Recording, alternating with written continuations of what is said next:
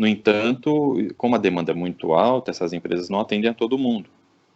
Então, existem cidades, existem laboratórios, até que já tem estrutura, que não tem essa disponibilidade de material, então ela tenta se ajeitar de alguma maneira. E aí entra o conhecimento em cima da biologia molecular, né, dos profissionais, como você mencionou, que tem essa característica e essa expertise para poder sentar com eles e falar assim, então vamos montar um protocolo de extração baseado nisso que a gente tem disponível no mercado. Olha, aqui a gente tem essa referência de que esses são os mecanismos, né, os primers e as sondas específicas para o vírus, que a gente consegue uma reprodutibilidade legal e monta esse caminho alternativo. Então, a demanda também, ela toma bastante... a demanda que existe, ela requer essas ações dos laboratórios dos governantes das cidades onde tem essa necessidade. Pô, e é legal a gente bater esse papo, porque eu espero que muitos estudantes, né, de ensino superior, do ensino médio também, né, se estiverem nos assistindo, que isso desperte, de repente desperta na pessoa um interesse em entender melhor o que é essa área laboratorial, né, como trabalhar nessa área microscópica, digamos assim, nesse universo microscópico, entender, né, todo esse processo. Então eu espero que a gente esteja, além de dar informação, inspirar também, né, os estudantes de ensino superior, de ensino médio, para que, né, quem sabe aí algumas pessoas possam se encantar com essa área e seguir nessa profissão. Esse vírus, ele surge em Wuhan, na China, né? Sim. Ele, assim, quais seriam algumas hipóteses, algumas explicações para que um vírus, entre aspas, do nada, né, de repente começa a se espalhar, começa lá numa cidade. O que pode ter acontecido para que tudo isso acontecesse? Olha, além das teorias da conspiração que a gente ouve tanto por aí, um fluxo viral, digamos assim, de uma viremia, ela acontece principalmente por conta de mutações do genoma do vírus. Por exemplo, me perdoem se me faltar conhecimento, mas o vírus ele está restrito a um determinado organismo. Então, sei lá, o organismo do morcego. Mas como é que ele foi parar no organismo humano? Provavelmente ele teve alguma mutação no seu genoma que o fez infectar as células do organismo humano. E não só infectar, né? Infectar no sentido de usar o mecanismo da célula deste hospedeiro diferente daquele primeiro que ela fazia, que ela contaminava, para usar esse mecanismo celular para se reproduzir, que na verdade é o intuito básico do vírus. Então, eu acredito que seja esse o princípio. Alguma mutação permitiu que esse vírus se adaptasse ao organismo humano de forma a contaminar a célula. A gente sabe, assim, repito, assim, eu tô expondo aquilo que me é chegado como informação, mas as características, a cultura, vamos dizer assim, do povo chinês, ela é peculiar e aos nossos olhos, às vezes, exótica.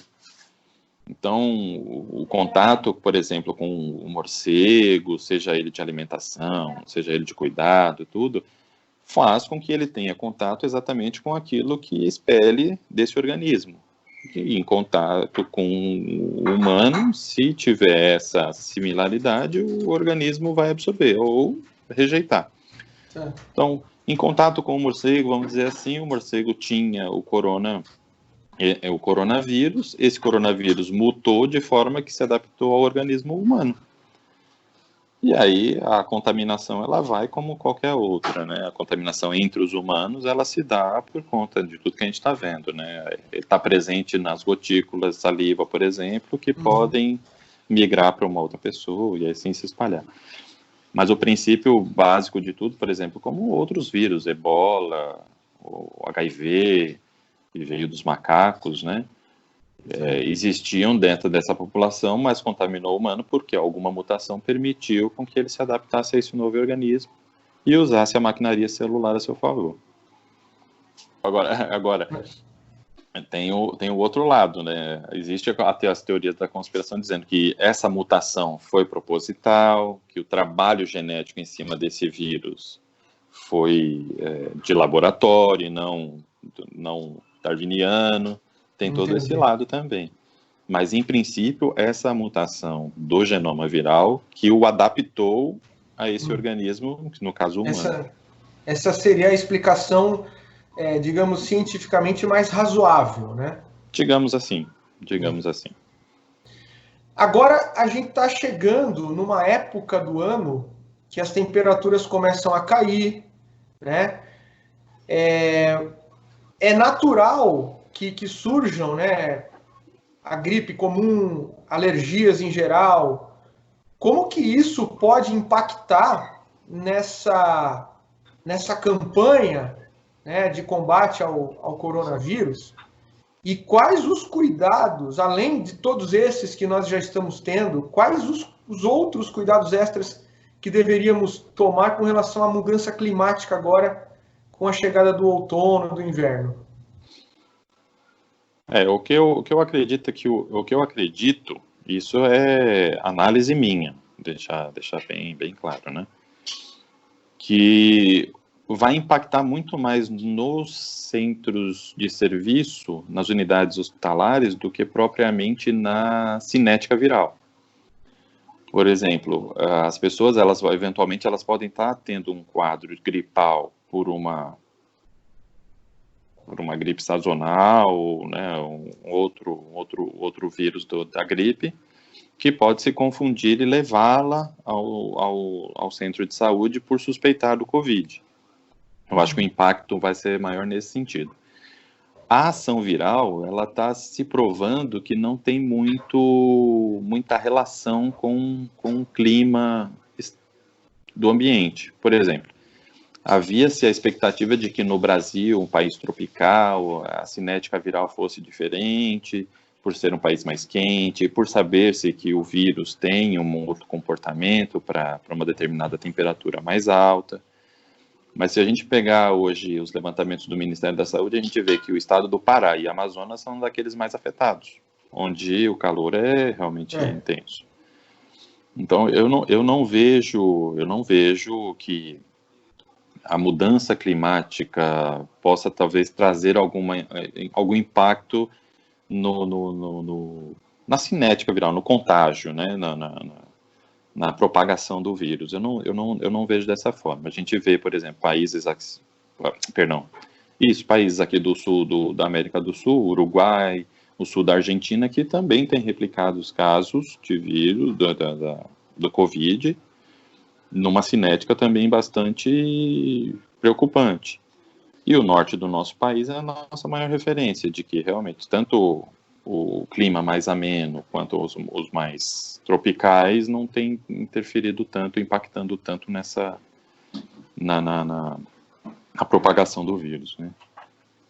E a perspectiva para retorno, para normalização, vocês, né, a equipe de pesquisa com a qual você trabalha, as empresas com as quais você presta serviço. Eu estou fazendo uma pergunta, e eu espero que todo mundo entenda que é uma pergunta estritamente científica, né? Existe alguma perspectiva, existem entre os cientistas algum debate na perspectiva de quando isso vai começar a normalizar, quando que a vida volta ao normal? Tiago, a gente vê muita pesquisa, né, à frente disso, mas não existe uma precisão de uma data para finalizar. Existem as perspectivas no sentido de obtenção de uma vacina, né? Por exemplo, eu li há pouco que algumas vacinas estão sendo aplicadas já em humanos, testadas em humanos, e que se tivessem bons resultados essa determinada vacina, talvez em setembro deste ano tenhamos alguma coisa já a oferecer para a população em geral. Tá. Mas assim, não nada é muito certo de que vai ocorrer dentro desse prazo. Outra coisa que também eu acho bastante interessante é entender como é que está sendo o pós-contágio, né? Como é que está sendo a imunização das pessoas após o contato com o vírus, que é também um outro aspecto que possa ser levado em consideração para poder se afrouxar a questão do distanciamento social, mas cientificamente falando mesmo, eu acho que ela está muito atrelada a essa questão da vacina ou do entendimento de como é que esse vírus atua dentro do organismo humano. Eu faço um paralelo. Desculpa. Eu faço um paralelo, por exemplo, sempre com o vírus HIV. Tá. É um vírus que hoje a gente ainda tem muito impacto na saúde pública, na saúde humana, do vírus HIV, mas é um vírus hoje que, de tanto se conhecer, consegue-se maneiras de prolongar bastante a vida da pessoa infectada. Mas isso só acontece por quê? Porque o vírus, não existe uma vacina, não existe remédios para drogas que fazem com que esse vírus deixe o organismo humano.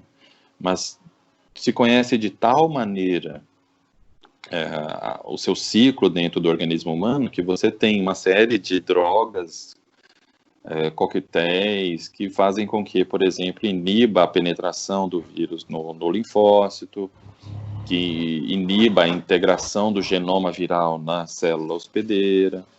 Então, e assim, conhecendo bastante o vírus, é possível conviver com ele, vamos dizer assim. É claro, profilaxias não deixa de ter a maior importância. Evitar o contato com o vírus é o melhor caminho. Assim como está sendo feito com o coronavírus. Mas, à medida que o tempo vai passando e o conhecimento em cima do vírus vai aumentando, é possível, obviamente, saber conviver com ele de maneira que a nossa sociedade volte ao seu convívio normal, né, a sua rotina diária normal.